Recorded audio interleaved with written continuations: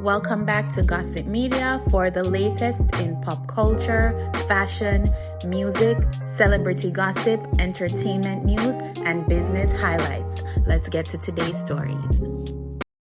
So after Vybz Kartel shut down the Barclays Center in New York, he gave us a tour of his mansion in Miami with the caption, "Music bought this house." So, this is motivation for the upcoming artists and, just inspiration for anyone who has big dreams and they, are going through any challenges and they want to see something to know that there's a light at the end of the tunnel. So let's take a look at his crib.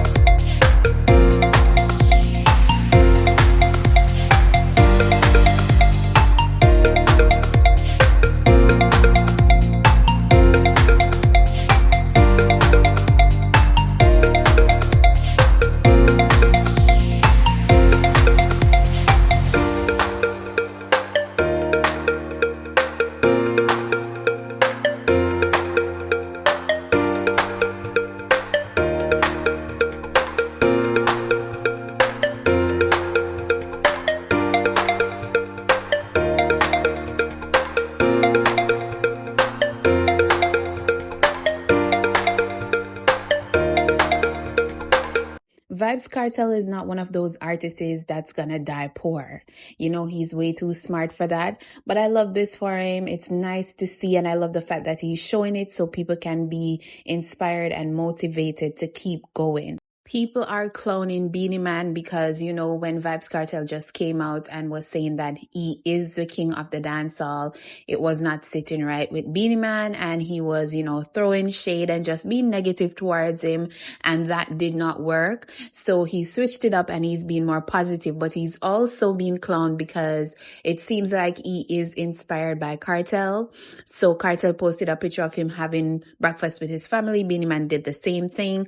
He also gave Vybz Kartel a shout out after selling out Barclays Center because he has a show coming up in New York. So let's take a listen to what Beenie Man had to say. Stream, the Benz them clean. All right, we don't know the argument. As a Jamaican, we never shy. A lie? Never tell a lie. Let me tell you something. Buju Banton mash up New York. A lie? Never tell a lie. Vybz Kartel mash up New York. A lie? Never tell a lie. Let me tell you something. Yesterday, 24th of May, at my time, you're going to mash up New York. A lie? Never tell a lie. We just want to know, say congratulations to all Jamaicans and all the people that turn out and support Jamaican. We just want to know, say, the 24th, I'm me one, I'm a friend them, I'm a gang. Never tell a lie. Never tell a lie. Nothing is wrong with being inspired, and people tend to forget that. So Vybz Kartel is very inspirational, and he's also very influential. He's the most influential dancehall artist. He stopped at the Breakfast Club when he was on his press run before the concert, and this is what Lauren and Charlemagne had to say about him. So this was his first U.S. headlining show in over 20 years. So there were some pretty big moments out of the show. So he came out to his remix that he did to Akon's Locked Up, which of course was very monumental after everything that he's been through. And the crowd just embraced him crazy. Billboard actually is calling this show, like the opening night alone, because it was sold out crazy, right? Mm-hmm. They're calling this show one of the most memorable nights of live music in the borough's storied history. I mean, listen, people worship Vybz Kartel. And, after meeting him, I can understand why people enjoy him the way that he does. I was telling people that all weekend. Like, he is very personal. He's super funny. Like, I see the star, and a lot of times it's hard to pick one. So Nene Leakes uploaded a new episode to her YouTube show, the Nene Leakes Show. And she was asked a question about former co-worker Porsha and Simon. And let's hear what Nene Leakes had to say. Because, child, she did not hold back. She did not fake it. She gave it just as it is. She said it without saying it. Let's listen. Porsha is currently making headlines because, you know, they dropped teasers. And in this teaser, she is saying that her and Simon could never have any reconciliation because he disrespected her mom. I don't know if you saw this, but Simon basically said that Porsha's mom was in cahoots when Porsha showed up to their shared home with men who had guns. Now, and so he disrespected her how? I need to understand that. You know, I don't understand the logic there, but that is why they are not able to reconcile. That's what Porsha said. Now, if you watch Porsha's spinoff, you saw that she got really heated with Dennis's mom. Yes. To the point where, you know, they were about to fight. Right. And they seem pretty cool to me now. What are your thoughts on that situation? My thoughts are nothing. One, but two, no, for real. I feel like when you marry somebody, they become first. Even your parents, it becomes second to the person that you're married to. And so I feel like if he just said to her mom, or he said that her mother was wrong for what she had done, what's wrong with that? I feel like he's just giving his opinion. So you can't give an opinion towards your mother? He should be able to. He's your husband. He should be first. Now, you've hung out with Porsha and Simon, I think several times. I have. Do you feel like it was ever real? Well, is this a game? Are we pleading the fifth? Because I plead the fifth. You know, it's not every day I get to sit down with you, so I have to know. Do you feel like... Is this called sip and drink or something? Okay. I'm a drink on that one, honey. Do you feel like Porsha loved him? Do you feel like Simon loved Porsha? Yes. Simon loved Porsha. Time, what's the rush? Ooh, I'm a dog. So I don't know if you guys have been following up with Real Housewives of Atlanta, but after seeing Shamea's lifestyle, I can see why Porsha wants an African man, you know, like a rich African man, because this is not the first time she has pursued an African. Keep that in mind, guys. I watch this show religiously because I love it. So Shamea surprised me a lot because she's always been a friend of the show and known as Porsha's best friend. So when I saw her debut on this season, I was shocked. I had no idea that's how she was coming, right? I had no idea. Shamea shocked me. So I can see why she and Porsha, you know, they're not on the best of terms, and Porsha is kind of slighting her. It's obvious. It's jealousy. Sometimes you have friends that feel like, oh, I look better than you, so you don't deserve this, or whatever the case is. But it's so obvious that Porsha is a little jealous, and that's why their friendship cannot work. But to hear Nene say that Simon loved Porsha, but she dodged the question when they asked if Porsha loved Simon, it's very obvious. And I do believe she's the reason why he's locked up right now, allegedly. But I don't know. I feel like Simon was really hurt. And I'm not saying that the way that he dealt with his hurt is okay, because to be on social media ranting and stuff, it gets really annoying, right? So I can understand why Porsha probably allegedly would get him locked up. But even when she's on the show and she's crying, it just looks so fake to me. Like, it doesn't look genuine. I don't know if I'm the only one clocking that tea, but guys, let me know what you think. Now, Porsha, I do believe Porsha really and truly loved her baby father, Dennis. As you can see, She has gotten really close with him since the divorce from Simon. So I know that she loved Dennis. I feel like her intentions on marrying Simon, it wasn't out of love. It was more like securing the bag. And, if you have money, I'm going to make you happy. But as soon as she realized that he wasn't who he said he was, she was out the door. So while they were going through their divorce, it got really, really petty. Porsha put out there that Simon suffered from erectile dysfunction, and that did not sit right with Simon. And they were just going back and forth. He was going to, take legal action for that accusation. And just looking over the post that they both made, going back and forth with each other, I had to laugh because Simon is so petty. Porsha is petty too, but she's a woman, so I can understand.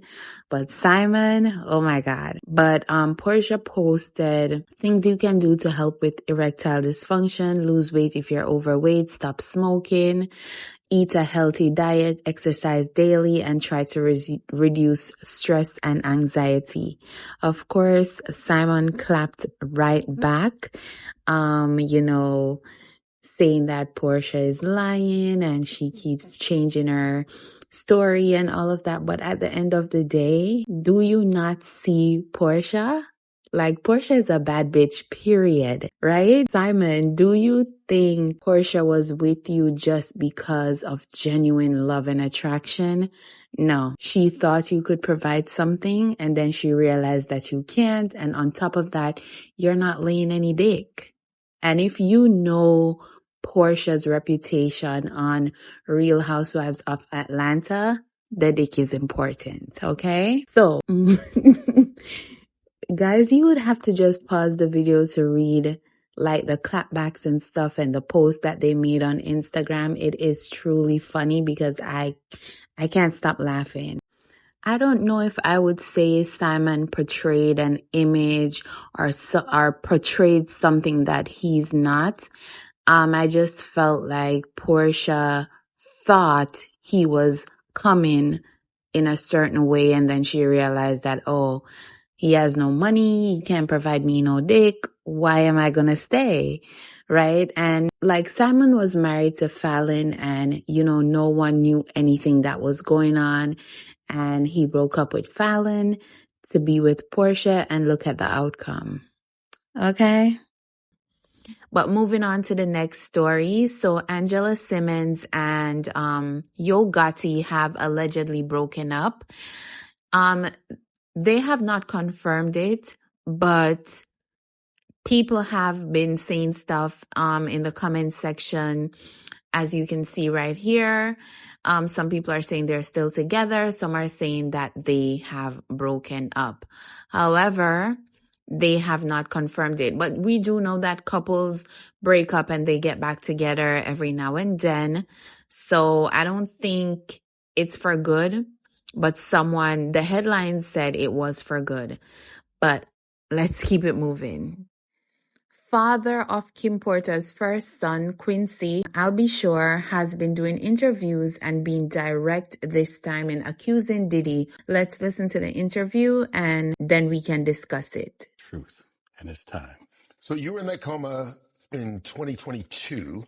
You had the liver transplant, you had the tracheotomy, I mean, all that stuff that went on. Multi-system organ failure. Yeah, Wow. 60. Right. Have they figured out what happened yet? We will. No, I mean, have the doctors medically, what happened to you? Yeah, because you just collapsed, right? Yeah, so, just mysteriously out of the blue, which we do talk about in the book. Yes, what that, I want to get into that. What that process is.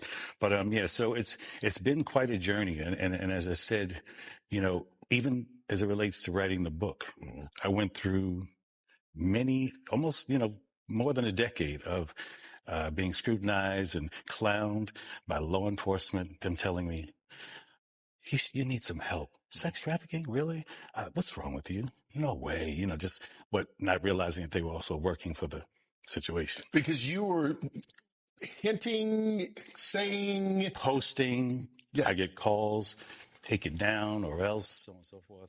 But this is about Diddy, so let's This be clear for everybody this that is doesn't about know. Diddy, who's about to, his trial's about Starts on to Monday. start. Yeah, Yes. they're selecting a jury. But you were on this train years ago. Yes, many, many years ago, I posted some information that was, basically trying to save my life. And thank goodness to my ex, the wonderful Kim Porter, the late Kim Porter, who, kind of warned me all along the way to, just kind of watch your back, so on and so forth. And I didn't understand why. Because of Diddy. Basically. Do you believe that she died of pneumonia? Absolutely not. Why? What evidence do you have? She was in the best of health. We just saw each other prior to her passing. We were actually celebrating our son's new Netflix Christmas special, and she was doing just fine. In fact, we were all at the event together at Netflix in the lobby. Sean, myself, the children, all having a great time. And I'm, grabbing Sean like, what? And she's in the back going, stop, So it was a really festive opportunity just for all of us to be together, because it's nothing like the circus that's out here. So it was a lot of the stuff, came to surprise, but a lot of the stuff will be revealed and that's why I thought it would be a good idea to finally tell my story. Every network came to me, participate and so on and so, but I said, listen, I have no interest in speaking about another man. But you are in the book. Yeah, right. But this, I will speak about where our paths cross and what's most relevant, and something I've been trying to say for many, many years. And unfortunately, Roseanne, even with Sean being incarcerated, that's not a celebration. There's no celebration in it. First and foremost, there's way too much collateral damage, and in many, many ways. Many people's lives are affected. And in fact, a genre of music that I grew up in is ruined right now. You're blaming Diddy for that? I'm blaming this entire industry and the way it's gone. And, there's no one person that's in charge, but this level and this magnitude of a story of detriment, of diabolical, just heinous, whatever's really going on. It's unfortunate.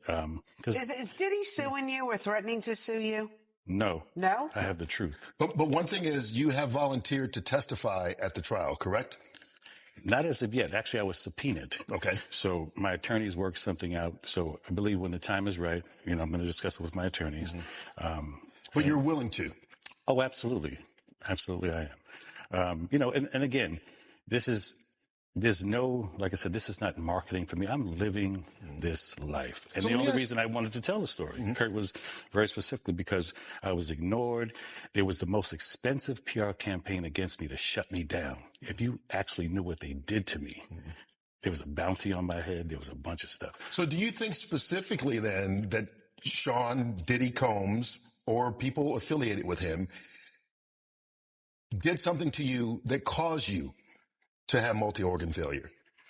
I believe this to be the case, yes. Absolutely. Wow. My first time saying it. Are you concerned that he still has power outside of incarceration? Remember, I'm the only one who spoke up, and I'm the only one left alive.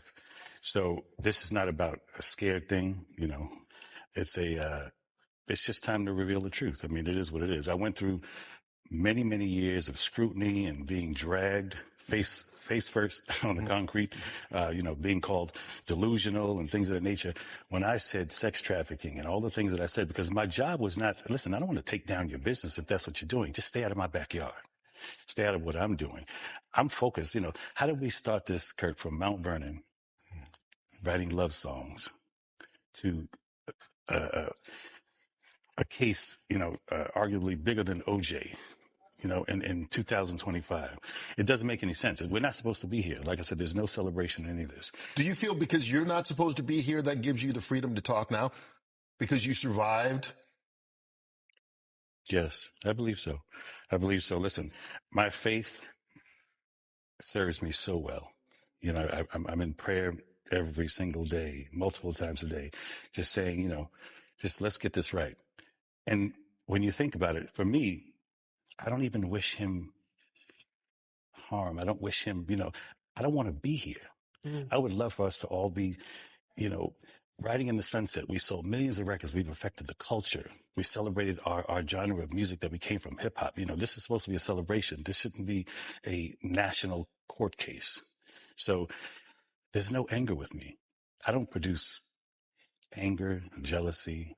That just doesn't come from me. Listen, I can't wait to read the new memoir. It's called Do You Believe Me Now? It's out September 9th.